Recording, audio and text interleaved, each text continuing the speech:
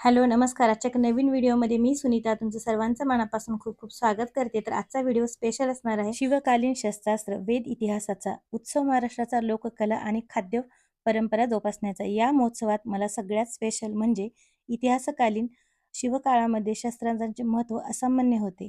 तर छत्रपती शिवाजी महाराज आणि संभाजीराजे यांनी वापरलेले जे शस्त्रास्त्र होते यांची छोटीशी ओळख आजच्या व्हिडिओमधून होणार आहे.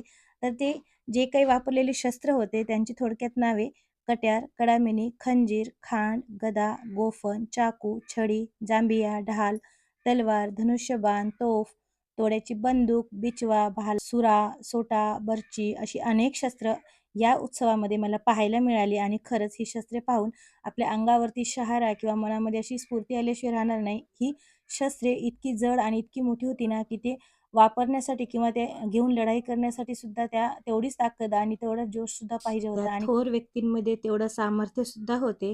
ही शस्त्रास्त्रे जरी कालबाह्य झाली असली तरी एकेकाळी त्यांनीच आपल्या महाराष्ट्राचे रक्षण केले होते. लोककला उत्सव महाराष्ट्राचा याच्यामध्ये मला हे सगळं काही पाहण्यात प्रत्यक्ष अनुभव घेता आला. त्याच्यामुळे मला खूप भारी वाटलं आणि बरं झालं मी आले. एक येण्याचं म्हणतात ना, जे ध्येय होतं किंवा आपण आलो होतो त्याचं सार्थक झाल्यासारखं वाटलं. आणि खरंच आपल्या मनाला असं प्राऊड फील झाल्याशिवाय राहणार नाही, की खरोखरच किती मोठे व्यक्ती होऊन गेलेले आहेत आणि त्यांनी कशाप्रकारे लढाया करून किंवा कशाप्रकारे हे करून स्वतःचं साम्राज्य निर्माण केलेलं आहे. शिवकाळामध्ये वापरलेल्या शस्त्रास्त्रांची छोटीशी ओळख या व्हिडिओमधून केलेली आहे.